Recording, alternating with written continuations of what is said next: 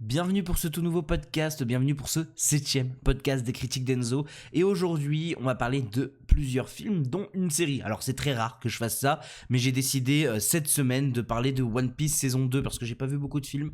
Et que One Piece saison 2 a quand même marqué une grosse partie de ma semaine parce qu'il a été très présent, parce que j'ai tout regardé en une semaine et parce que j'ai beaucoup de choses à dire. On en reviendra ensemble dans quelques minutes. On parlera aussi de L'Agent Secret, film que j'ai pu rattraper pour les Oscars, que j'ai très hâte de vous parler parce que j'ai beaucoup aimé, et je vous parlerai du film que je viens de voir à l'instant, d'où la raison de pourquoi le podcast sort un peu plus tard que d'habitude. C'est Projet Dernière Chance qui sort mercredi prochain et que j'ai été voir en avant-première, et pareil, j'ai beaucoup de choses à dire. Je sais que c'est un film qui a plutôt été positivement reçu par la critique, je vais pas le recevoir négativement, mais j'aurai des choses à dire. Je suis pas forcément d'accord avec tout ce que j'ai pu lire sur ce nouveau film, à savoir qu'il y a le podcast sur les Oscars qui est sorti vendredi, que vous pouvez toujours écouter parce que les Oscars ont lieu cette nuit. Moi je vais pas pouvoir regarder en live, donc malheureusement je vais voir demain matin quand je vais me réveiller ce qui s'est passé, donc en espérant qu'il n'y ait pas de nouvelles gifles cette fois-ci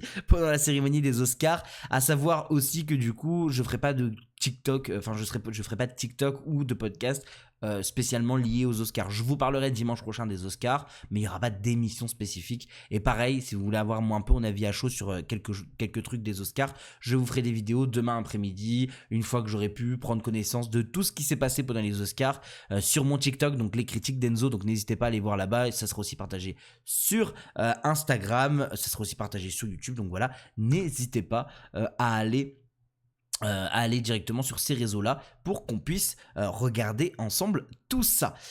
On va directement parler du premier sujet qui est One Piece saison 2, dont on va parler directement.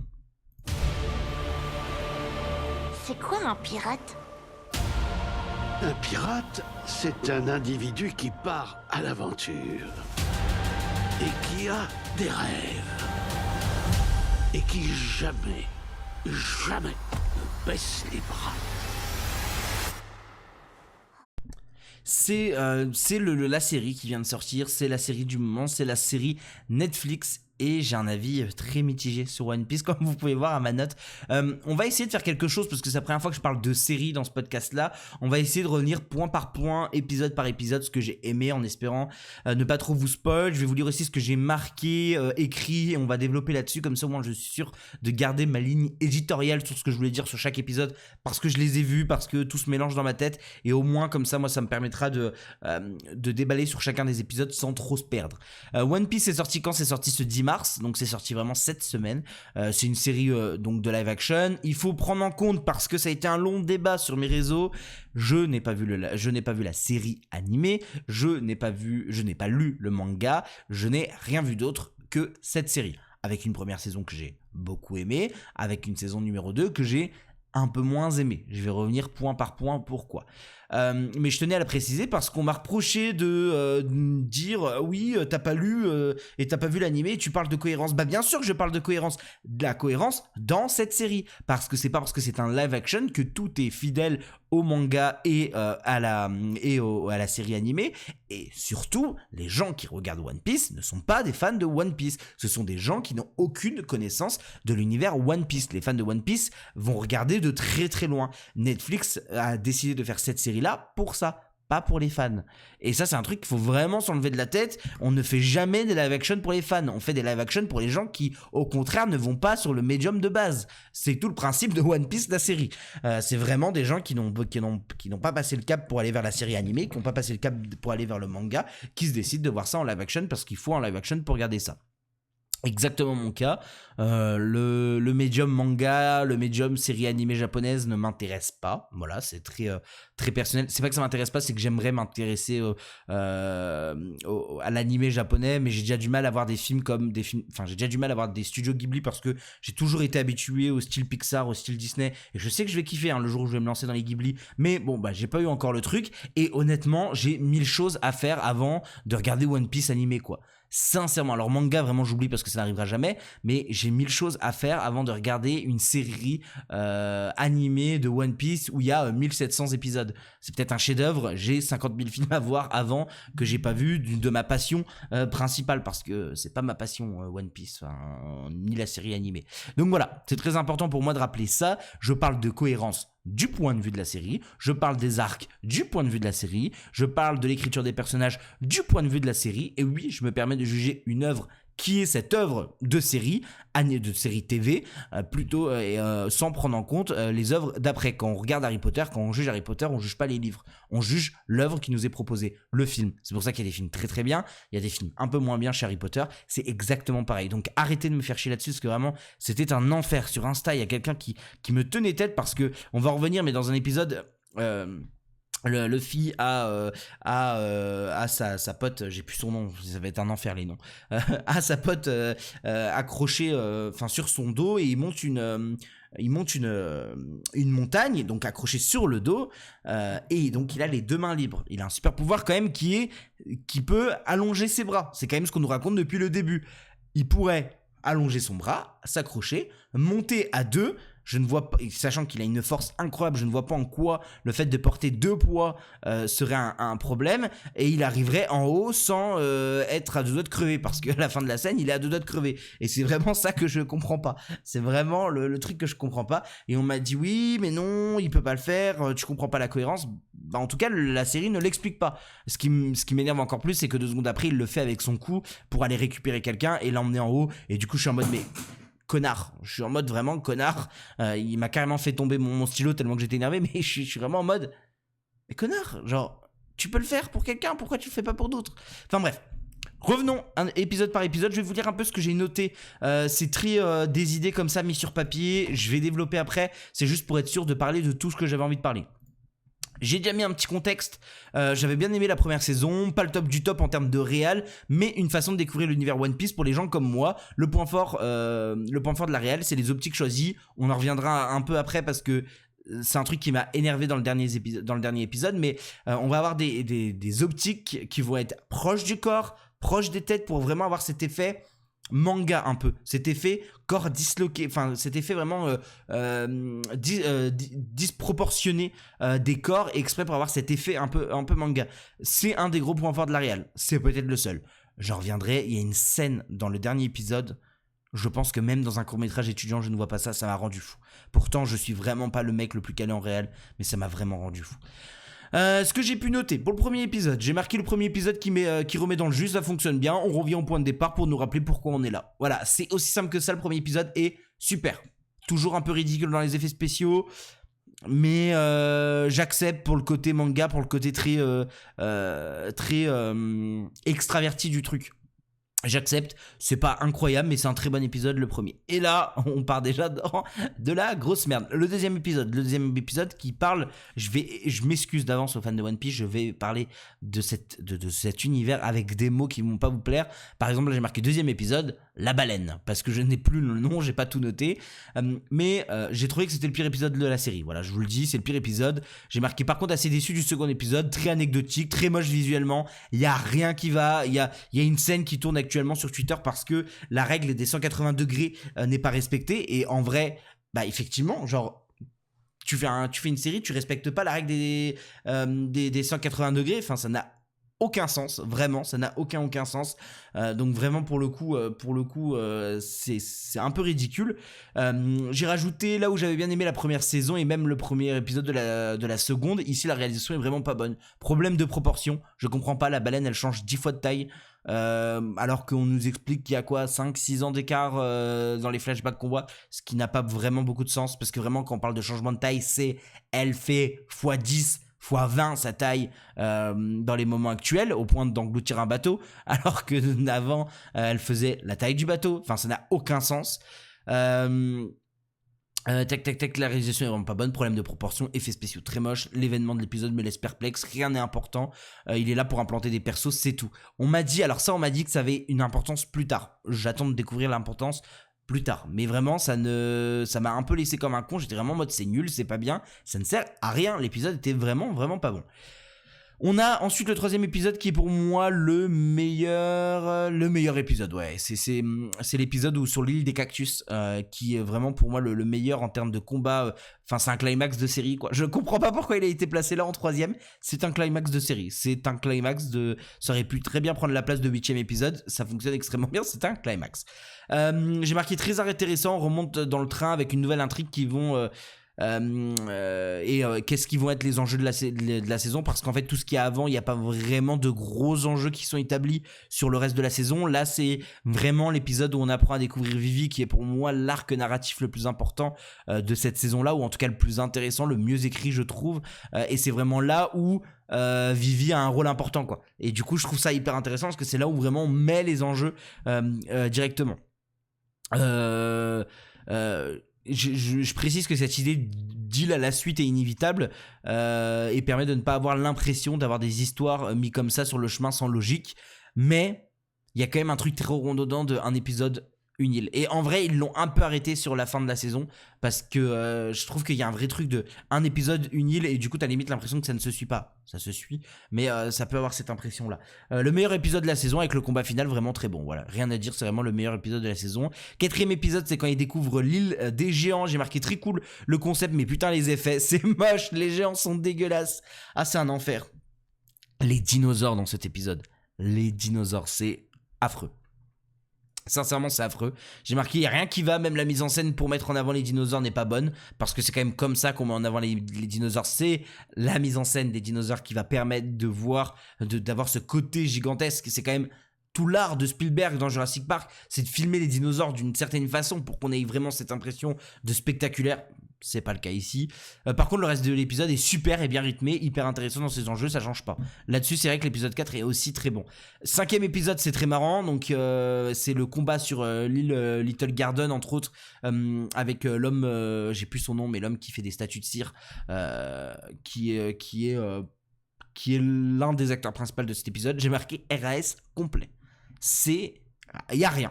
Je l'ai trouvé assez long pour pas grand chose. J'étais clairement pas dedans, j'ai rien noté d'autre, tellement que j'étais vraiment j'étais pas dedans, vraiment pas dedans. Le 6e épisode, j'ai noté, ils arrivent sur l'île Goat, Game of Thrones, parce que c'est l'île, c'est une île où il neige entre autres, où il y a vraiment le côté chevalier, et là, je sais plus ce que j'ai marqué, donc on va voir. J'ai marqué le gros défaut de la série reste les incohérences. Ah oui, les costumes et les décors, des trucs qui sont censés se voir et qu'on ne voit pas, des actions débiles. L'écriture est vraiment niais et je trouve que ça se ressent dans cet épisode. Ils ont des doudounes genre H&M, genre ils ont des jeans, genre Vivi elle se trimballe sur cet épisode-là. Vivi se trimballe en doudoune et en pantalon jeans, genre Levi's. Ça n'a aucun sens par rapport aux autres tenues, enfin ça n'a aucun sens, et les tenues sont dégueulasses, voilà, il faut le dire, les tenues sont affreuses, et c'est con, mais c'est des choses, des micro trucs qui sont hyper importants et qu'on met pas dessus. Enfin vraiment ça m'a rendu un peu fou. C'est vraiment le truc qui m'a le plus dérangé sur cet épisode là. J'ai marqué la base de Vivi, c'est les cheveux bleus. Ah oui, ça m'a rendu fou. J'ai marqué la base de Vivi, c'est les cheveux bleus, et le mec la reconnaît pas alors qu'il l'a vu quand même quand il était plus jeune. Alors petit comment on dit, Shadowman, pour moi, c'est comme ça qu'on dit. C'est arrivé l'épisode d'après, je sais pas pourquoi je l'ai pas supprimé. L'épisode d'après, il la reconnaît, il dit qu'en fait il l'a reconnue depuis le début. Heureusement, elle a des cheveux bleus, mais comment elle pense que les gens ne vont pas la reconnaître? Elle a des cheveux bleus, c'est comme ça qu'on l'a décrit, c'est comme ça que tout le monde l'a décrit, et elle croit qu'elle va pas se faire reconnaître. Enfin, ça par contre, ça aurait pu être évité, quoi. Mais une capuche, mais un truc, quoi. Essaye de pas te faire reconnaître, quoi. Tac, j'ai marqué quoi d'autre? La fin de l'épisode est cool. Pourquoi Luffy utilise pas ses bras pour monter la montagne? Ça, c'est vraiment un truc où vraiment je vous demande de m'expliquer si vous avez la réponse. S'il y a vraiment une raison, je vous demande de m'expliquer pour que au moins je sache. Sachez aussi que c'est là où j'ai pris conscience de l'arc de Vivi était pour moi le plus intéressant de cette saison 2. C'est là où entre autres on a des flashbacks sur ce qu'elle a vécu, et je trouve ça hyper intéressant. Vraiment l'arc Vivi, j'ai très hâte de voir ce que ça va donner dans la saison 3. 7e épisode, c'est l'origin story de Chopper. Je suis pas très fan d'origin story parce que je trouve qu'on se concentre sur des... Généralement on donne l'origin story très rapidement quand on rencontre le perso, et là c'est exactement ce qui se passe. Chopper, on vient de le rencontrer et d'un coup on nous met son origin story, sauf que t'es pas assez accroché au mec pour avoir un vrai pour avoir quelconque intérêt pour l'origin story. Alors heureusement ils arrivent à faire un très très bon épisode, c'est vraiment le meilleur épisode après celui de L'Île des Cactus, mais du coup il y a un vrai truc très long, très lent, où tu vois des images d'un truc où t'en as un peu rien à foutre, et allez, sur la fin ça te chope parce que émotionnellement c'est très très bien écrit, cet épisode là émotionnellement marche très très bien et est vraiment très très bien écrit, c'est peut-être le gros point fort. Et le 8e épisode que j'ai vu tout à l'heure, j'ai marqué: les erreurs de réalisation se font clairement ressentir de plus en plus. Explication. Dans cet épisode, il y a une discussion en triangle entre 3 protagonistes. Ils discutent. Bon, déjà, ça commence par un split screen entre deux personnages qui disent exactement la même chose. Split screen qui dure 5 secondes, grand max. Ça n'a aucun sens. Et ensuite, ils vont donc filmer ça en triangle. Donc déjà, ils enculent la règle des 180 degrés. Mais alors là, c'est même plus l'enculé, ils s'en battent les couilles. Il n'y a aucune valeur qui est respectée. Alors vraiment, je suis nul en réalisation. Je suis éclaté. Je n'ai pas les termes techniques, j'ai rien. Je suis juste en mode c'est beau, c'est moche, c'est beau, c'est moche. Mais là, ça ne marche pas. En fait, j'ai un truc, c'est que j'ai une scène qui ne marche pas parce qu'elle est mal réalisée. Et c'est quand même la base d'avoir une réalisation. En fait, je suis en mode faites un plan large. Vous avez des caméras qui coûtent une blinde, vous avez des optiques de fou malade, vous avez fait un vrai travail au niveau de l'optique, c'est super, c'est hyper intéressant, l'image a déjà un grain, déjà une photographie particulière. Qu'est-ce que tu vas te faire chier à faire 3000 cuts à la minute pour changer de valeur toutes les 5 secondes? Grand plan, petit plan, gros plan sur le visage, comment on appelle ça, grand plan sur un personnage, c'est très bizarre. Et à faire des cuts, vraiment, tu fais un plan large des 3 qui discutent et c'est terminé. Ton truc marche tout autant. Il y a des cuts, moi j'ai jamais vu ça, il y a des cuts, donc il y a genre cut, il dit une phrase, cut, l'autre lui répond. Bon, ça semblerait être la construction classique d'un chant contre chant. Non, là, c'est cut, il dit une phrase, en plein milieu de sa phrase, on va cut pour donner une réaction de quelqu'un d'autre. Et 2 secondes après, on va cut pour qu'il termine sa phrase. Puis ensuite, on va cut pendant un blanc, mais on va cut 2 fois. Genre, on va cut parce qu'il a terminé sa phrase, et on va cut une autre fois pour laisser quelqu'un répondre. Ça n'a aucun sens. Les cuts sont un enfer. C'est la pire scène que j'ai vue du truc, et je vous jure que n'importe qui peut réaliser une scène beaucoup, beaucoup plus intéressante en termes de dialogue. C'est un enfer. Vraiment, j'ai vu mieux dans des courts-métrages réalisés par des étudiants. Sincèrement, je ne comprends pas. Pour moi, c'est impossible de faire ça. Vraiment, c'est rien que quand on commence la scène avec un split screen, je suis en mode ça pue du cul là. Là, tu t'en rends compte que ça pue du cul. Et il y a un autre truc qui m'a dérangé. Parce que l'épisode est cool, en vrai, le final d'épisode est très très fort émotionnellement, tout ce qui se passe avec Chopper c'est vraiment très très bien. Enfin moi j'aime beaucoup cet épisode aussi, il va clairement dans la liste il va clairement à côté de l'origin story de Chopper, donc le 6e épisode, donc la fin de saison est plutôt bonne. Par contre, wow, les clichés, putain, il y a une femme à un bout d'un moment qui dit un truc, qui fait un discours, et le fils juste derrière il fait allez, terminez les beaux discours, place à moi qui va lui castagner. Et genre il la sauve parce qu'en gros il la sauve alors qu'elle aurait pu esquiver, même si elle a pas de pouvoir comme Luffy, elle aurait pu esquiver d'elle-même. Bah non, il faut que ce soit Luffy qui le sauve, et ça fait vraiment l'homme blanc, l'homme blanc qui vient sauver. En plus c'est marrant parce que dans la série elle est métisse, mais du coup ça fait vraiment l'homme blanc qui vient sauver la petite femme métisse faible. Oh là là là là. Et pareil, à un bout d'un moment on réduit une femme à sa tenue, hein. Bah bien sûr, ça c'est pas genre Luffy va porter la veste de sa pote, et il est à ça de passer à côté de la mort, mais vu que la veste elle va être coupée parce qu'il est à ça de passer à de la mort, la fille elle fait oh mais qu'est-ce que t'as fait à ma veste? Bravo, encore mieux. Vraiment, en fait, j'ai ressenti un peu de haine dans cette série parce que il y a des choses très bien. Puis il y a des choses vraiment, vraiment pas bien. Et ça en fait clairement partie. C'est beaucoup, beaucoup trop sexiste à certains moments. C'est beaucoup trop mal filmé aussi. Je demande pas qu'on me fasse un truc incroyable. Mais putain, s'il vous plaît, essayez d'avoir au moins un minimum de décence sur ce que vous proposez, sur ce qui est possible au niveau de la réalisation. Parce que vraiment, là, c'était vraiment, vraiment, vraiment pas beau. Sincèrement, plutôt déçu de cette saison 2, sachant que j'avais beaucoup aimé la saison 1.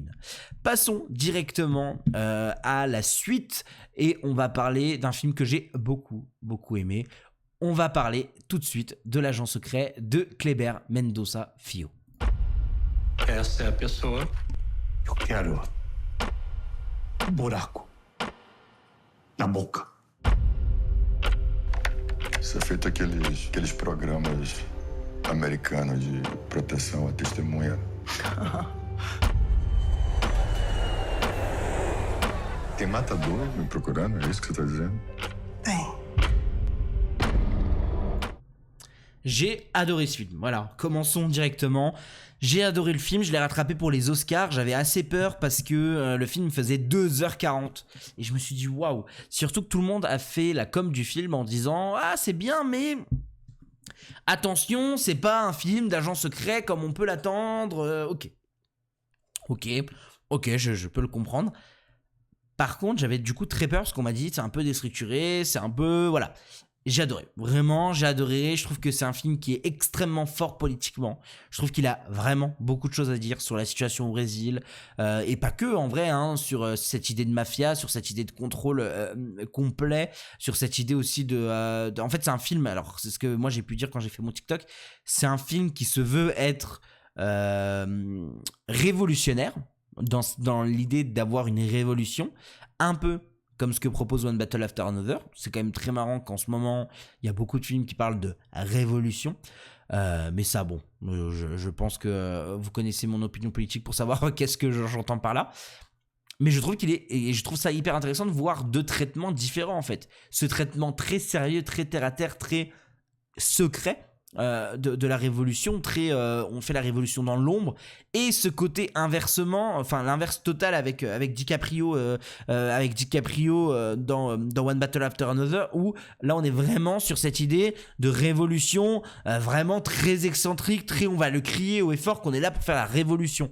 Et du coup, c'est pas du tout la même chose. C'est deux points de vue différents. Et je trouve ça hyper intéressant de les voir nommés dans la catégorie meilleur film, je crois. Parce que c'est quand même deux façons de voir la révolution totalement différentes. J'avais très peur des 2h40. J'ai eu un peu de mal, je dirais, les 30 premières minutes parce que c'est assez lent, parce qu'il faut se mettre dedans. Parce qu'effectivement, on apprend petit à petit la vraie histoire derrière tout ça. Donc j'ai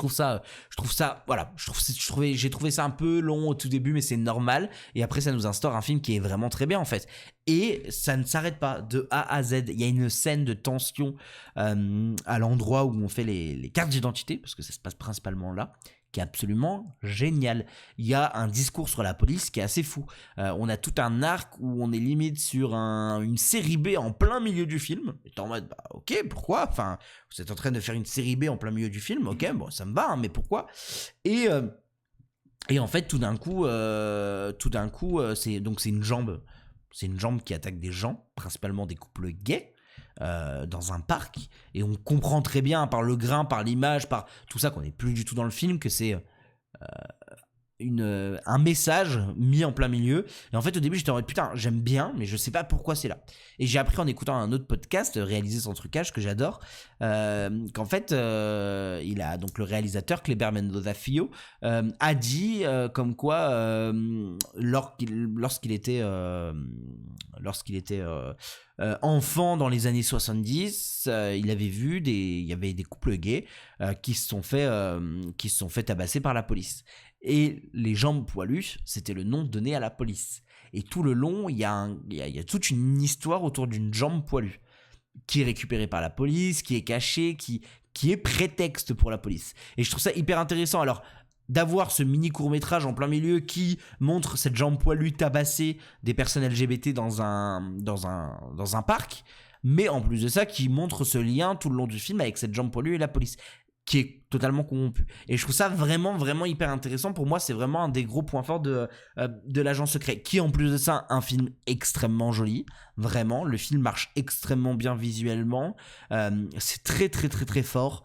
Kleber Mendonça Filho fait un film vraiment très fort, et un peu surpris de le voir avoir fait son chemin avoir fait un aussi beau chemin, sachant qu'il est sorti en même temps qu'Avatar, le pauvre, mais d'avoir fait un aussi beau chemin, que ce soit en France, que ce soit aux États-Unis, de le voir nommer aux Oscars, parce que c'est un film qui mérite. J'ai cru comprendre que I'm Still Here, qui a été sorti l'année dernière, là où il y a 2 ans, avait pas forcément ce même mérite que l'agent secret, et je trouve que là c'est hyper intéressant. Enfin, moi je l'ai pas vu un Still Here, mais c'est ce qu'on m'avait dit, mais là j'ai l'impression que tout le monde est plutôt d'accord pour dire qu'il le mérite sincèrement. Et en vrai j'ai mis 4 étoiles, je suis peut-être à 4 étoiles et demie tellement que j'ai trouvé ça très très bien. Il y a une scène d'interview, on peut dire ça comme ça, c'est pas vraiment une interview, mais il y a une scène d'interview, de questionnement enregistré en plus de ça, parce qu'il y a un parallèle avec la réalité à l'heure d'aujourd'hui qui est extrêmement fort, surtout sur la fin, qui est une très très bonne scène sur la fin, et il y a une scène d'interrogatoire, mais très gentille, parce qu'ils font partie du même camp, mais vraiment juste une scène d'interview, on va dire ça comme ça,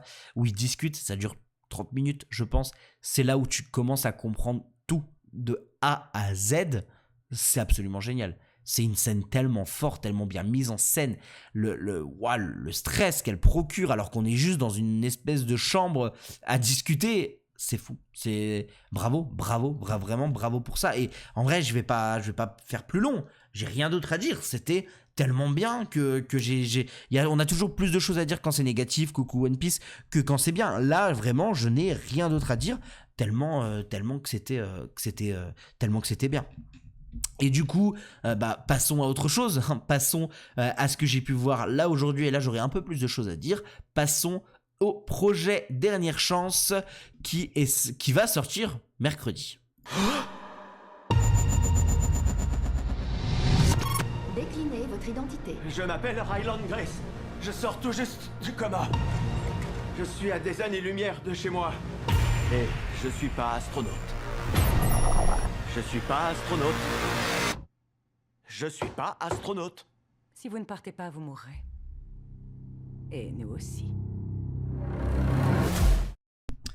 Et effectivement, je viens de le voir, je sors tout juste de l'avant-première, j'ai même pas fait de TikTok, il n'y aura pas de TikTok sur ce film-là. Que dire.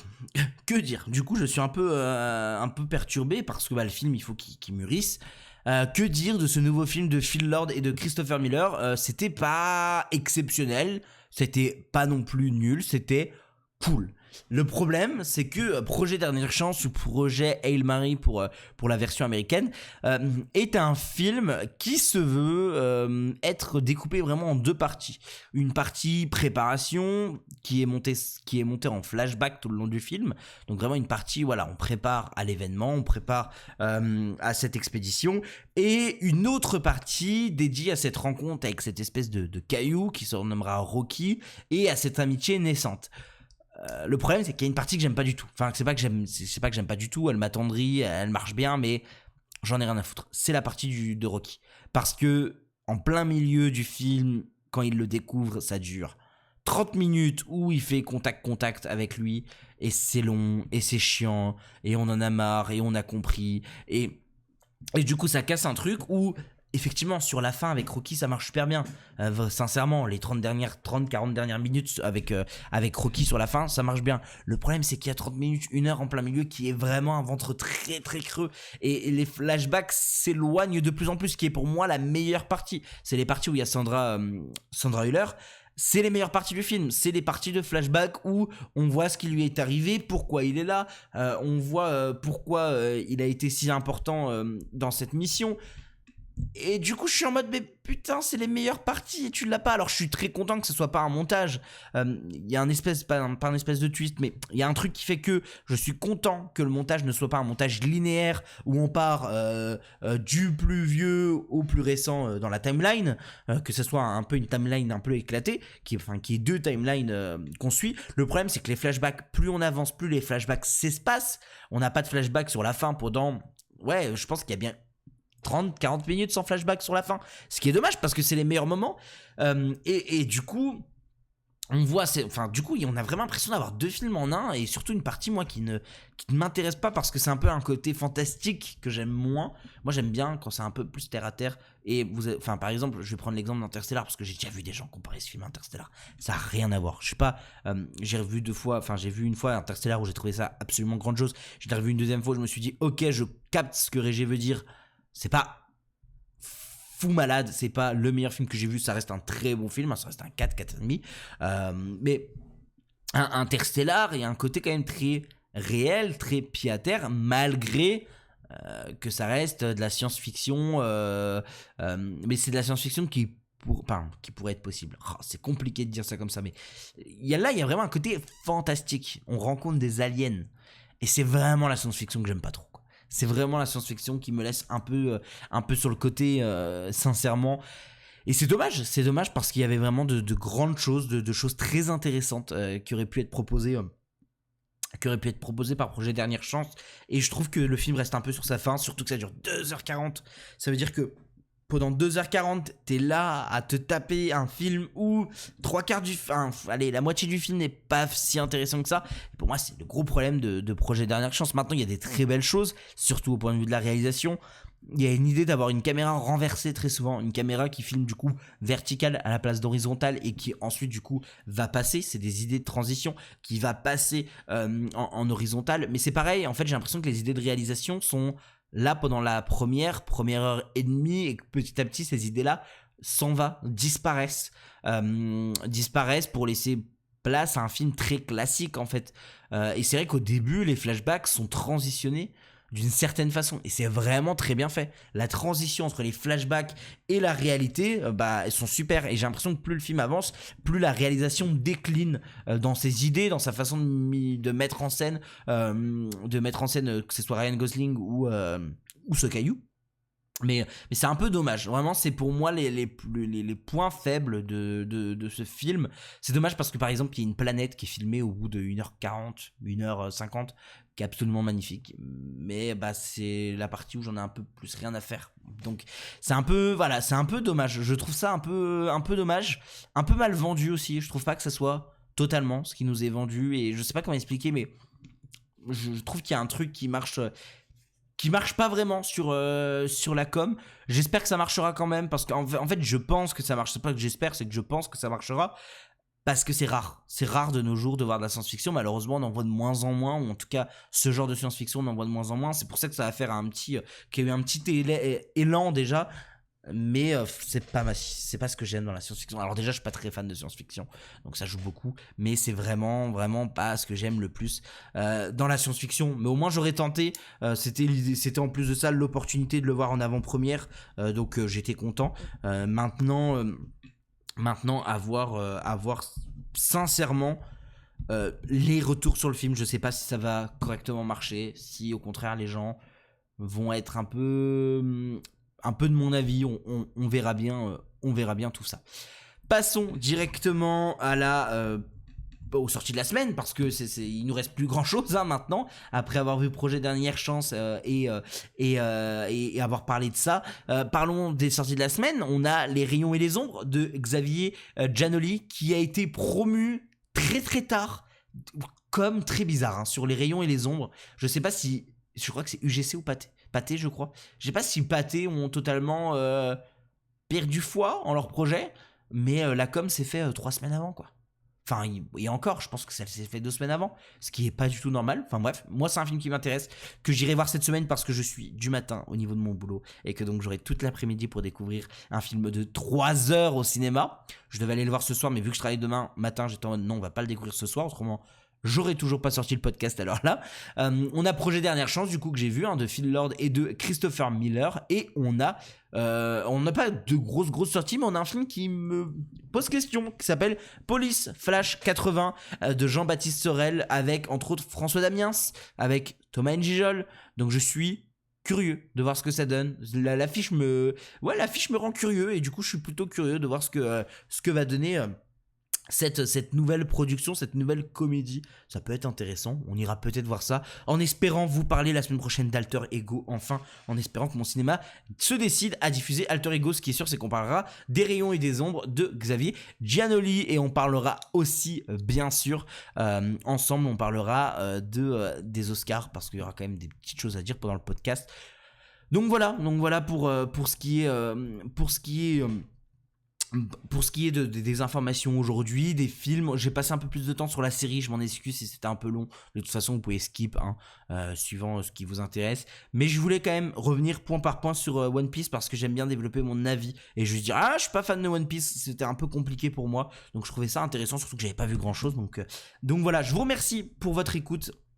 Sachez que vous pouvez laisser une note sur le podcast suivant où vous le regardez. Vous pouvez laisser des commentaires sur YouTube, sur Instagram, sur TikTok pour me dire si vous avez aimé ou non. Et je m'en excuse. Et vous pouvez aussi, bien sûr, partager le podcast. Et en fait, c'est ce qui marche le mieux. C'est ce qui fait le plus plaisir. Donc n'hésitez pas. Si ça vous a plu, nous on se retrouve dimanche prochain pour vous parler de cinéma. Une nouvelle fois, je vous souhaite une bonne soirée, une bonne semaine de cinéma et j'espère que vous allez vous régaler au cinéma. Bonne soirée et à la semaine prochaine.